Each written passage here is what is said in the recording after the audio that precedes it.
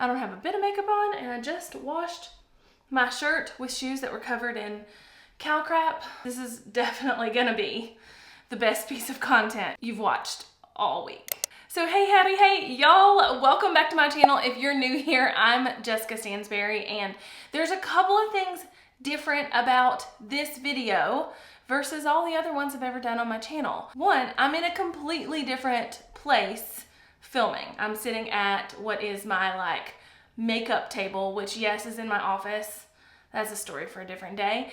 And I'm sitting here with absolutely no makeup on my face, which I don't think I have ever done. But here's the deal. Here on this channel, I like to talk to y'all about being full-time content creators and how to make a career doing what you love so you can work less and live more. And the piece of content that I had on the calendar to film today is all about how to get your first 1,000 subscribers fast so you can get monetized. And I truly do believe this is something anybody can do, but I also have a lot of tips I want to share with you. And in the most recent days, which is going to explain why there's no makeup on, I have become quite obsessed with watching people like Bailey Sarian, I think I'm saying that right, and Sarah from Better Off Red, who literally do their makeup while they're telling you a murder mystery story or like a true crime type situation. And not only that, but I have been asked several times recently in different avenues, on Instagram stories and DMs, on a group coaching call that I did in my program, how I do my eyeshadow. So I thought, why not do my makeup while I give you YouTube tips? I mean, it seems like it'll work. That's what we're doing today. We're gonna talk about how to get your first 1,000 subscribers fast so you can get monetized, and I'm gonna put my face on. I'm gonna be honest here. This is very much so out of my comfort zone in a lot of ways. One is that I'm gonna have to be looking down at my mirror somewhat and not looking at the camera a little bit. And then two, I'm showing up here with absolutely no makeup on. So that's very different than what I normally do. But before we get into the actual tips, if there were to be anything you would want to know about that I'm using to do my makeup today, I will link all of that below in the description. Whew, this is actually way harder than they make it look, that's for sure. Talking and doing my makeup at the same time, maybe not a skill I have. Okay, so the first thing that I have to say is that your life will not be forever changed when you get 1,000 subscribers on YouTube and or when you are monetized. It's not like all of a sudden once you get monetized or you get 1,000 subscribers that you're basically a millionaire and able to roll in the dough or whatever. I do understand that most people, that's kind of the first step you're looking to go for, because you know that at that 1,000 subscriber mark, you get monetized. So I get it, and I'm going to definitely give you tips, but I also want you to understand that that's not the end all be all of your journey as a content creator, because you never kind of stop wanting to grow. You never want to stop getting to the next level. And that being said, everything I'm going to talk about today are tips that will help you get to 1,000 subscribers, but they're also tips that are going to help you basically get to, 100,000 or 10,000 or whatever after the fact as well. So all of these tips are kind of universal no matter what your next growth strategy or growth mile marker is. Okay, so first, if you're trying to get to 1,000 subscribers, I want you to come in hot. I want you to basically make content creation your job and there's a couple of reasons. One, so when you do that, you're making more videos. So what I mean by coming in hot and making this your full-time job is to make videos, probably more than you're seeing your favorite creators make videos. It might be that you're doing 2 a week instead of 1 a week, or even 3 a week instead of 1 a week. And the reason I tell you to do this is for a few reasons. That means that you're creating more videos, number one, and that serves a dual, or maybe even what do you call a 3? It's not a dual, a triple, that's not the right word. Anyway, it's serving a lot of purposes, okay? One, I want you to understand that you have to create some sucky content before you create good content. Actually, I honestly think that as we go through our YouTube journey, that it's everything before our last video is sucky content, and everything from this video forward is kind of our better content. But you absolutely have to kind of suck before you can create good content. And if you're only doing one video a week, it may take you a while to kind of get those sucky videos out of the way. So coming in hot and doing all the videos and going 2 or 3 times a week, if you're trying to hit that 1,000 subscribers fast, is gonna help you get past that suck factor, help you know that like way less people were watching the videos that were sucky because you did them in the very beginning. And because you're doing more videos, because you are putting more things out into the algorithm of YouTube, you have more chances for something to kind of be picked up or take off with YouTube. So every video we put out into the world has the opportunity to be picked up by YouTube, to, you know, be shown to more people in the algorithm, in the home feeds, whatever. And just mathematically, if you're putting out more videos, you have more chances for that to happen. It's kind of like when you're like playing the lottery or you're buying like raffle tickets. The more raffle tickets you buy, the more lottery tickets you buy, the more chances you have at winning that thing. And the same thing goes for winning a spot in that YouTube algorithm, in that homepage or whatever, okay? So not only are you coming in hot and creating a ton of videos so you can get the suck factor out of the way, but you're also gonna come in hot so that you can have more chances having something be picked up by YouTube.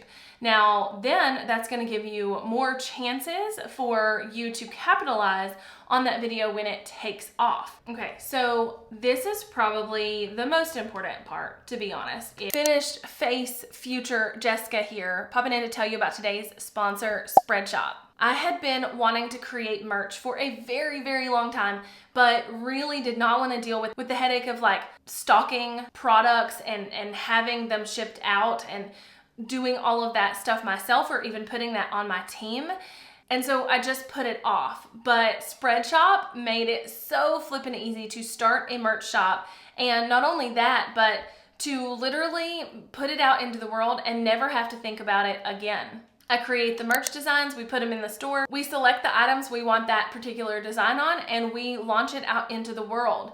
And then my designs in my shop are on my website, but also they show up below every single YouTube video like this one. And then I don't have to think twice about selling it because Spreadshop does all the rest of the work for me. And it's totally free to you to get started. So if you're looking to start a merch shop or a merch line with zero headache and zero upfront cost, definitely check out my friends at Spreadshop. You can click the link below in the description to check them out. And now back to way less makeup. Jessica, let's get you back to learning about how to get to that 1,000 subscriber mark really fast. If we're being completely real here, and like what I think is most important when it comes to growing on YouTube, and that is you need to find a niche and go all in. So what do I mean by this? Basically, when you get started on YouTube, if you are just generic, if you are just someone who's like, you know, talking a little bit about these things over here and talking a little bit about those things over there, and you don't really nail down who is going to be the ideal viewer of your content and what your content's going to be about, it's going to be really, really hard to grow. Because the YouTube algorithm, okay, I'm like hunching over because my mirror is way down here. Sorry. The YouTube algorithm wants to pair the right content with the right viewer. So the content that you put out into the world is what tells YouTube who the right viewer for your content is. So if you're just willy-nillying and putting content out on all kinds of different spectrums, YouTube's gonna have a really hard time learning what your content is about and who is gonna like it. So pick a niche and go all in there. That doesn't mean you can't expand that niche later, but for now, I want you to pick a niche and go all in. Be different. Have you ever heard that quote by Sally Hogshead that's like, different is better than better? If you haven't, it's a great quote to kind of live your life by.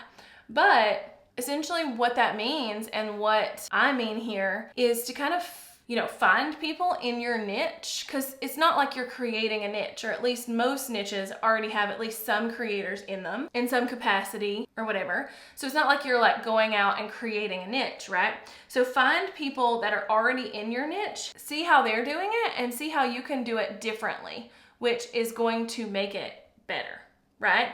And so like, I think this is one of the reasons that these girls, specifically Bailey, because I think she was probably like one of the first ones to do it, or at least she's the first one I've seen do it. I think that's the reason that these girls have done really well with this type of content, with putting content out onto the internet, where they sit and do their makeup. And by the way, yes, that is light reflecting off my mirror below. Sorry. But where they sit and they do their makeup and they talk about true crime. Like, there were people who did makeup and there were people who talked about true crime, and now there's like this like hybrid niche. I guarantee at some point somebody was like, you know what, this is gonna be really different than anybody else is doing it, and so that's what I'm gonna do. And it paid off tenfold for them. So basically, be different.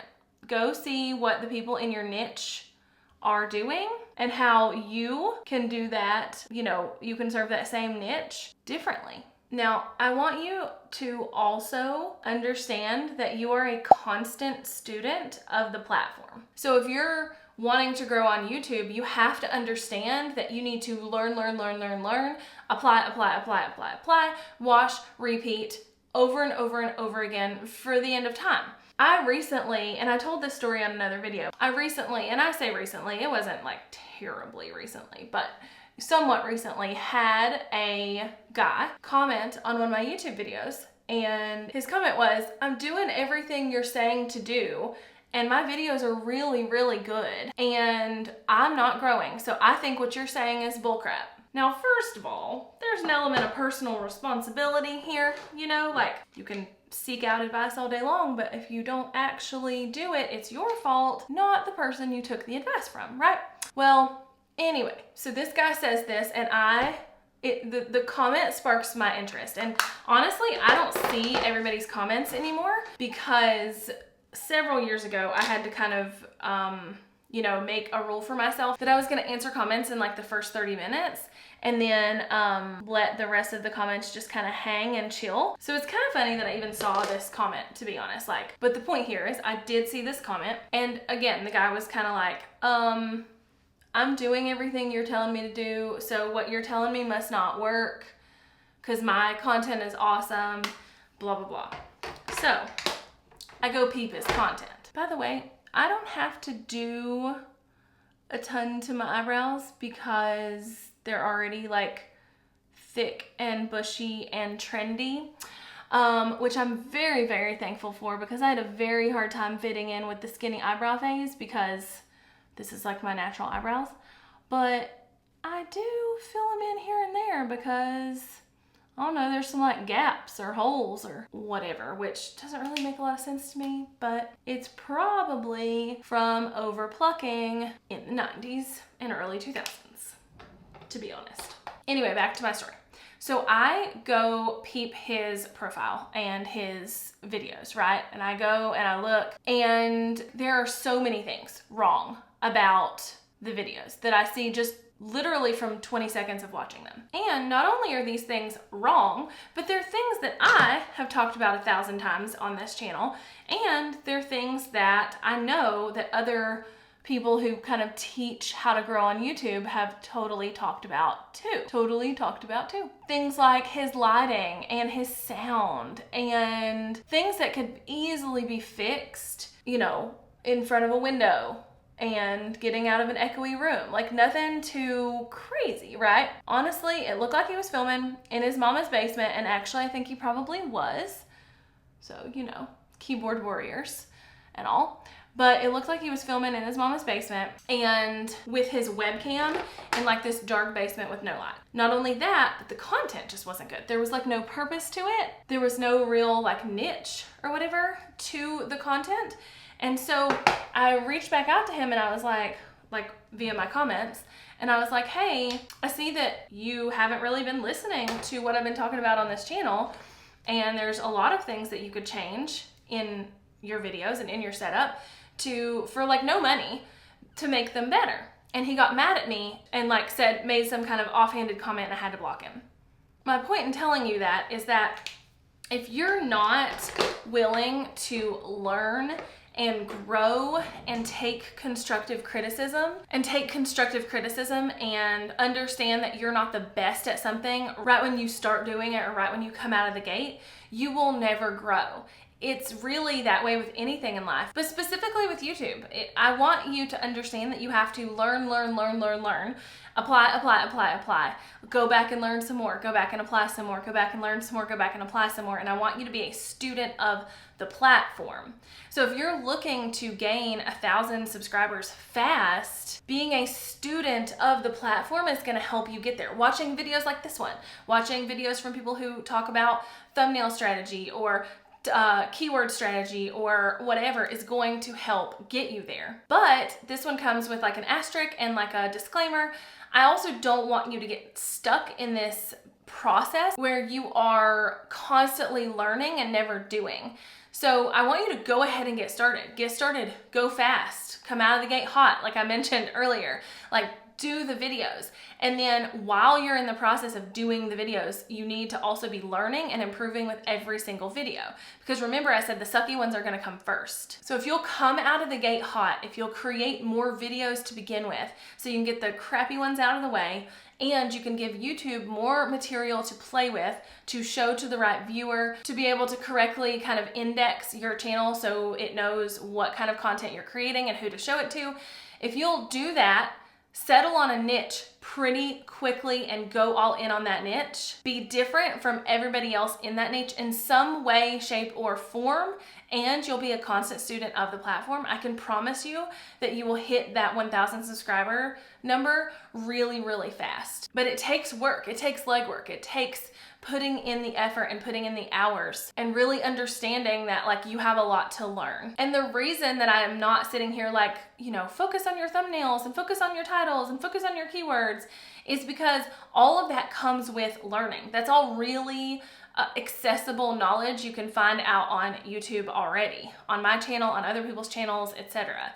So what I really wanted to focus on today was the stuff that maybe other people aren't telling you and you really, really have to do and you have to know and you have to hear before you can get to that 1,000 subscriber mark. That's it, y'all. If you liked this video, if you liked this whole like putting on the makeup while we talked about the things, go ahead and hit that like button. And if there are other topics you'd like to learn about here on this channel, I'd love to hear them in the comments below. Thank you again to today's sponsor, Spreadshop. If you are looking to create a merch store, even from the very beginning, because you totally can, even as a small YouTuber, then you should definitely use Spreadshop. I am not somebody who's gonna share things with you that I don't thoroughly love and enjoy myself, and Spreadshop made creating a merch line so freaking easy. If you wanna try out Spreadshop for yourself, all you have to do is click the link below in the description. And until next time, bye y'all.